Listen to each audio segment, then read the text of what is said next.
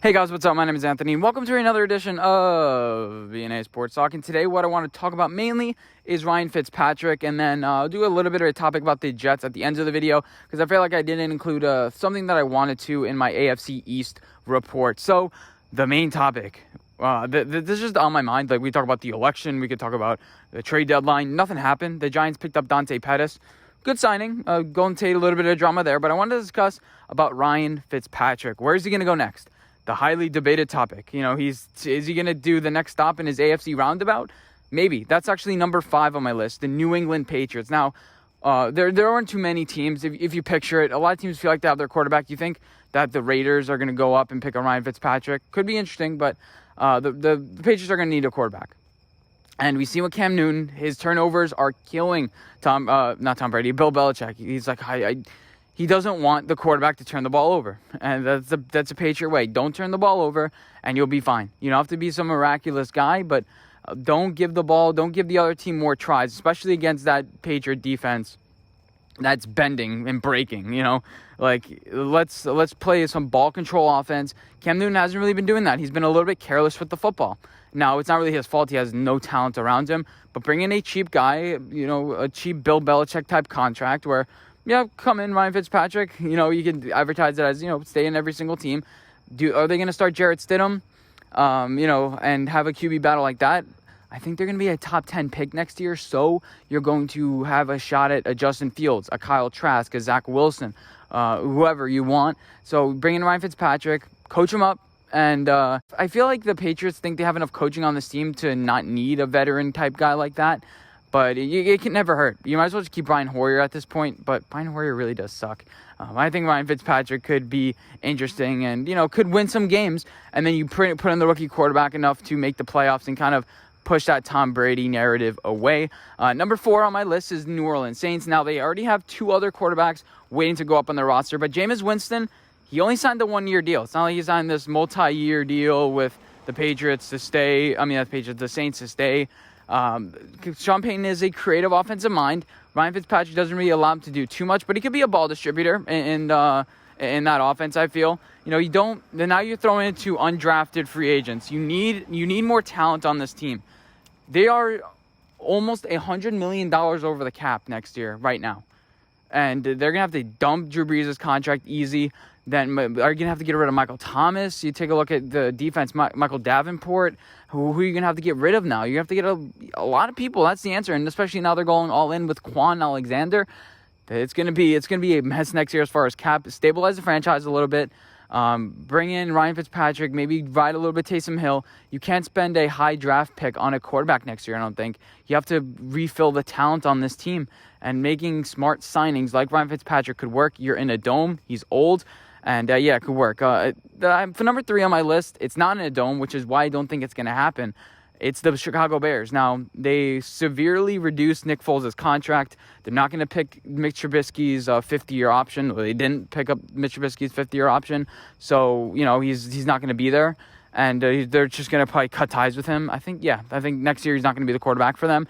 So, who are you going to have a quarterback? You're going to spend a pick on a quarterback. You're 5-3 right now. You're probably going to finish the season 7-9, 8-8. You're not going to have a decent pick to go after a quarterback. Now, go after a guy in the mid-rounds. A guy at Matt Nagy may find a diamond in the rough.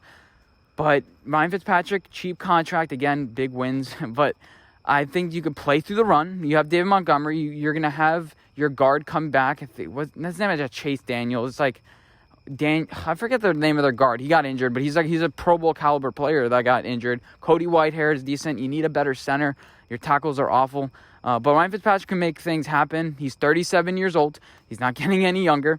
So he's not going to be able to drive the ball in the rain and the wind. So it may not be amazing for the Bears.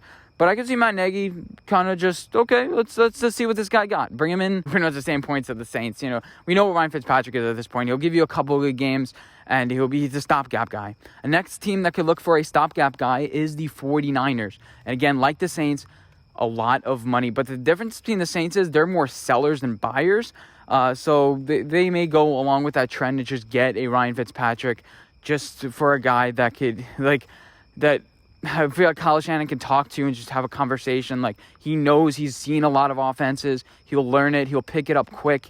They may look after like a Matt Ryan, I'm hearing, but that's too much dead cap for the Falcons to make any sense for them to trade him. Are you going to go after a Dak Prescott type guy? Maybe that could be smart, but you're paying a George Kittle, you're paying a bunch of these players, but they have offensive weapons. They had the freedom to get rid of Dante Pettis because they feel like they have a Ayuk. They feel like they have a Deebo Samuel. They feel like they have some guys on this roster. Bring in Ryan Fitzpatrick, able to spend let's say they pick 12th this year. It depends how they tank. I think they have good enough coaching to be a playoff team this year, but realistically, we see what the moves that they make. They're kind of just, they're tanking the season in a little bit, Nick Mullins. But you have a guy that can actually make plays and win you games. And, Kyle Shanahan's probably sick of a guy that's just like the game manager. Ryan Fitzpatrick can make some great throws, and he can win some games. And if you really like a quarterback, again, select him in the mid rounds. I don't think you're going to get a good quarterback with the pick that you have around 12, 13, similar to the Bears. And Ryan Fitzpatrick, good move. You're in San Francisco. That'll be a very interesting division. You'll have Russell Wilson, Ryan Fitzpatrick, Kyler Murray, Jared Goff a little bit. But, there's some interesting quarterbacks in that division. I'd be down for that. Next on my list is actually number one. Anyway, so it's the Jacksonville Jaguars. Minshew Mania is probably over. I said you should fire Doug Marrone. You should fire Jay Gruden. They try to bring everyone together and try to muster a 4-win season. But obviously that's not really working. It was kind of competitive in the beginning of the season. They beat the Colts, which, like looking back on that now, the Colts are like 5-2, and they're kind of rolling here. But, Gardner Minshew, he just ain't it. He doesn't have quite the arm strength. Neither does Fitzpatrick, but at least, you'll have him be the guy. And what you may do is Gardner Minshew versus somebody else. But if you bring in a new GM, you bring in a new coach, you bring in a new kind of system, you're not going to go Gardner Minshew. You're going to be like, okay, scurry, leave. Maybe Gardner Minshew can join a 49ers. Like, there's going to be a lot of QB movement this offseason. It's going to be very interesting because, one man's trash is another man's treasure. It's going to be kind of cool. But Ryan Fitzpatrick, you're in Florida, staying in Florida. It's nice and warm. Play for all three Florida teams. I live an hour from the stadium, so I'd love to watch him play some games. He's the original Gardner Minshew gunslinger. They have some good offensive weapons. You can see them win a couple of games with a Ryan Fitzpatrick because he is a smart player. And then you could draft with the number 2 overall pick at Justin Fields. Realize Justin Fields is better, and then kick Ryan Fitzpatrick out, and then he'll be out in the wilderness again. But so the next topic I want to talk about is the New York Jets and what a little bit of what I would do. So usually when you fire a coach, you try to go the opposite way. So I was thinking about Jim Harbaugh. Jim, right? Yeah, John is Baltimore. Jim Harbaugh with Michigan, and he's good. He's taken Michigan to heights that pretty much they've never gone before. They won a national. They shared a national championship, I think, back in the 90s with Nebraska. But overall, I heard a stat like they've won 1-12. They had 1 12-win season. That was that season. Ohio's had 8 in just the past 10 years. So obviously he's not a winning franchise. My worry is he's like the same as Gase. Like what more does he offer? He's a little bit of a goofy personality. From what I've been hearing, Colin Cowherd's been saying. So I'm not enthralled with them going after a Jim Harbaugh. I think they're like, are you going to go after an offensive genius? I don't know. Like Mike McCarthy type signing, we've seen that, like the resurrection, that hasn't really worked. You want a new guy, the Cliff Kingsbury, the Matt Rules. Those are the guys that work. As far as drafting, I took a look at their draft this year, and it's not really that impressive. Ashton Davis is very low rated on PFF. Like, I thought they had a decent draft. I'm like, oh yeah, Joe Douglas is good. This was his first draft. He made the right decision, Mekhi Becton. That's a good long-term decision, but he's even hurt now. You take a look, they drafted a quarterback, Morgan. Like, what was that pick? Well, Michael P. Ryan, they don't even want to play him. And then a couple of, like, mid-round, they drafted a tackle. They drafted another cornerback, Bryce Hall, who's actually heavily, he was supposed to be a top 10 pick before this year. And then I don't know what happened. And Ja'Kai Polite looks like a bust. Don't pick defensive ends from Florida. They always underperform. Besides, even Dante Fowler has underperformed. But you just don't do it. You don't. That's the cardinal rule. And then who was their second? Denzel Mims. He's been injured. So the early returns haven't been that good for this year. Do you trust your draft? I don't really know. I don't think you fire the general manager. He has a 6-year contract. He's only in year 2 of it. You ride it out a little bit, and you see what he can do in the draft. Now, you'll have the first pick, and then you have somewhere around 20, so you have to draft Trevor Lawrence. You can't mess it up unless New England decides to lose to you on purpose. You can't mess that up. If you do end up getting the number 2 pick, I think you lean towards just solidifying that offensive line.